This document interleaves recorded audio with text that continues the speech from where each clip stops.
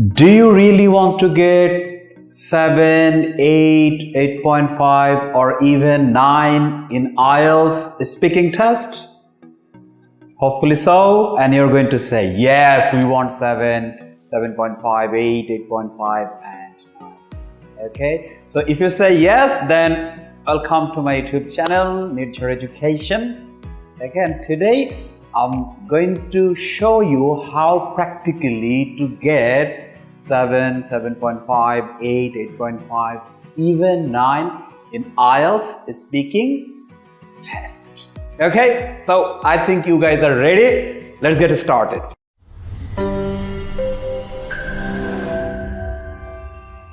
So you see the title, want to get 7, 8 in speaking? Okay. So আমাদের একটা স্বপ্নের band school যে আমি স্পিকিং এ 8 পাবো, 8.5 পাবো, বা কেউ ভাবছে আমি 9 পাবো। সো এই স্বপ্ন পূরণ করাই আমার কাজ। আমি যে কাজগুলো দেব সেই কাজগুলো যদি যথাযথভাবে আপনি পারফর্ম করতে পারেন তাহলে ব্যান্ড স্কোরটা 8, 9 এটা কোনো স্বপ্ন না, এটা হচ্ছে বাস্তবতা, reality, but it's not a guarantee but a reality, right? Okay, so basically আমি যদি কোয়েশ্চেন করি যে কিভাবে 7, 8, 9 স্পিকিং টেস্টে পাওয়া যায়, সেই ক্ষেত্রে আমাকে দেখতে হবে আমি যখন এক্সাম হলে ঢুকি, এর আগের একটি ভিডিওতে আমি দেখিয়েছিলাম 3টা পার্ট থাকে, পার্ট 1, পার্ট 2, পার্ট 3 স্পিকিং টেস্টে। সো কিভাবে আমি ওই 3টা পার্টে পারফর্ম করলে আমার ব্যান্ড স্কোরটা আসবে, রাইট? সো এটার মূল বিষয়টি হচ্ছে আমি যখন স্পিকিং টেস্ট দেই 11 to 14 minutes, examiner basically looks at or looks for 4 marking criteria. It's called fluency and cohesion, it's called lexical resource, it's called grammatical range and accuracy, and it's called pronunciation. Okay, so examiner basically কি করে, আমি যখন test দেই উনি এই 4টি বিষয়ের উপর নজর রাখে, অবজার্ভ করে যে আমার ফ্লুয়েন্সি কেমন, কোহিশন কেমন, এটার উপর ভিত্তি করে উনি 0 to 9 এর মধ্যে আমাকে একটা ব্যান্ড স্কোর দেয়। ফর এক্সাম্পল আমাকে হয়তো উনি দিল হচ্ছে 6.5 ফ্লুয়েন্সিতে। লেক্সিক্যাল রিসোর্স মানে হচ্ছে ভোকাবুলারি, কি ভোকাবুলারি, রাইট? সো আমরা জানি যে ভোকাবুলারি অনেক সমস্যার একটা ব্যাপার, আমরা ভোকাবুলারি একেবারেই মুখস্থ হয় না, মুখস্থ করলে ওটা মনে থাকে না, অ্যাপ্লাই করা যায় না। So a lot of problems with vocabulary, but you see vocabulary বা লেক্সিক্যাল রিসোর্স এটাও কিন্তু ব্যান্ড স্কোর কত, 0 to 9। সো এক্সামিনার আপনাকে 0 to 9 এর মধ্যে একটা ব্যান্ড স্কোর দেবে। সো ধরে নিলাম আমি এখানে 6 পেলাম। Grammatical range and accuracy, grammatical range মানে হচ্ছে একটা কথাকে আমরা কিভাবে বিভিন্নভাবে বলতে পারি, কখনো সিম্পল সেন্টেন্সে বলবো, কখনো কমপ্লেক্সে বলবো, বা নেটিভরা অনেক ধরনের এক্সপ্রেশন ইউজ করে সেগুলোকে ইউজ করে বলবো। ওকে, আর অ্যাকুরেসি মানে হচ্ছে যখন কথা বলবো তখন আমি একটু অ্যাকুরেটলি কথা বলার চেষ্টা করব যাতে আমি বেসিক কোনো এরর না করে ফেলি, ঠিক আছে? সো এটাও খেয়াল করি 0 to 9 এর মধ্যে ব্যান্ড স্কোর দেয়। সো আমার অ্যাবিলিটি অনুযায়ী, ফর এক্সাম্পল এক্সামিনার আমাকে দিল 6.5 অথবা 7 দিল ফর এক্সাম্পল এখানে। অ্যান্ড প্রনাউন্সিয়েশন, যে আমার উচ্চারণগুলো কেমন, এই উচ্চারণগুলোর উপর ভিত্তি করবো কি আমার 0 to 9 ব্যান্ড স্কোরটা আসে, ঠিক আছে? সো এই 4টি বিষয়ের উপর ফোকাস করে, সো আমি যদি 8 পেতে চাই তাহলে আমার ফ্লুয়েন্সি কোহেশন 8 লেভেলে থাকতে হবে। আমি যদি 8 পেতে চাই তাহলে আমার ভোকাবুলারিও কি 6.5 না 8 রেঞ্জে নিতে হবে।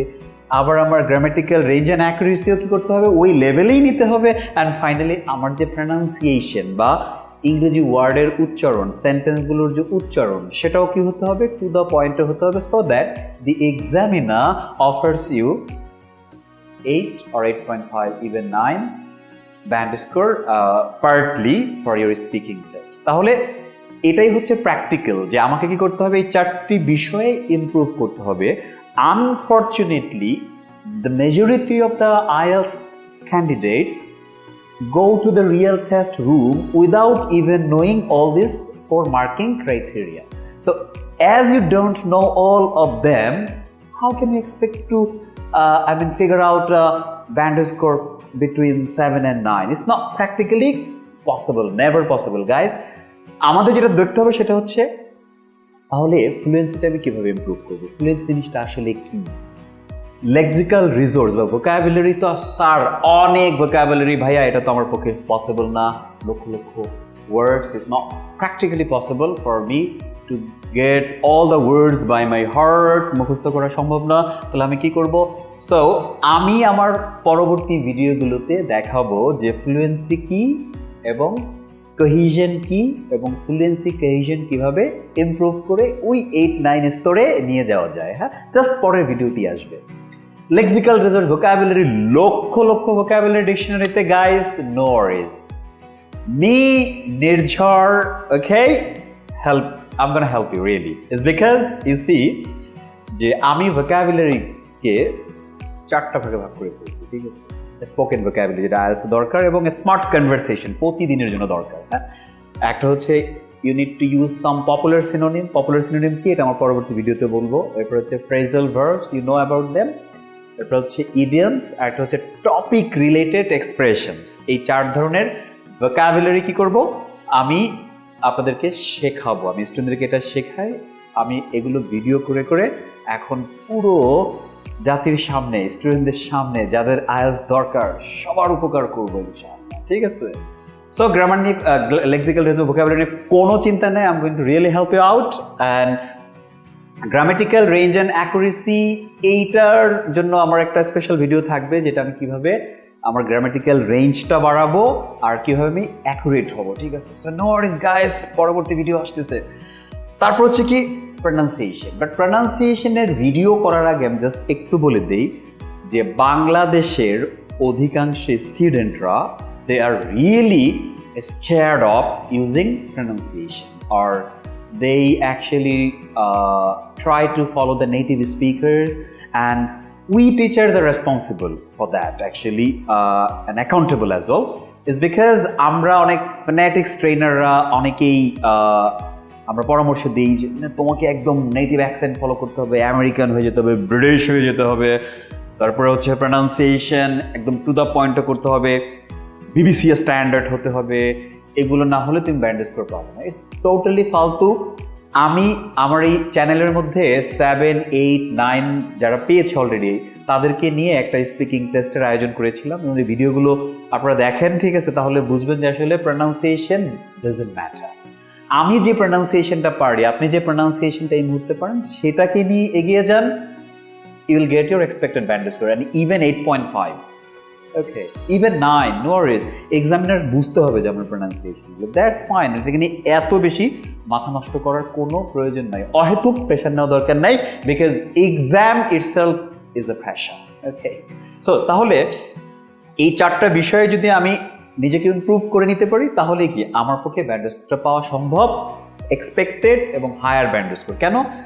আমি এখানে যা পাবো, যেমন এই 4টায় যদি এক্সামিনার এটাকে আমার 8, এটা 8, এটা 8, এটা 8, বা এটা 7.5, এটা 8, এটা 8.5, এটা 7.5, এই 4 যা দেবে এটাকে উনি কি করবে 4টা আইটেম দিয়ে 1, 2, 3, 4 4টা ভাগ করবে। ভাগ ফলটাই হচ্ছে কি আমার ব্যান্ড স্কোর। তার মানে হলো সবগুলো থেকে 25% করে নিয়ে 100% করা হচ্ছে।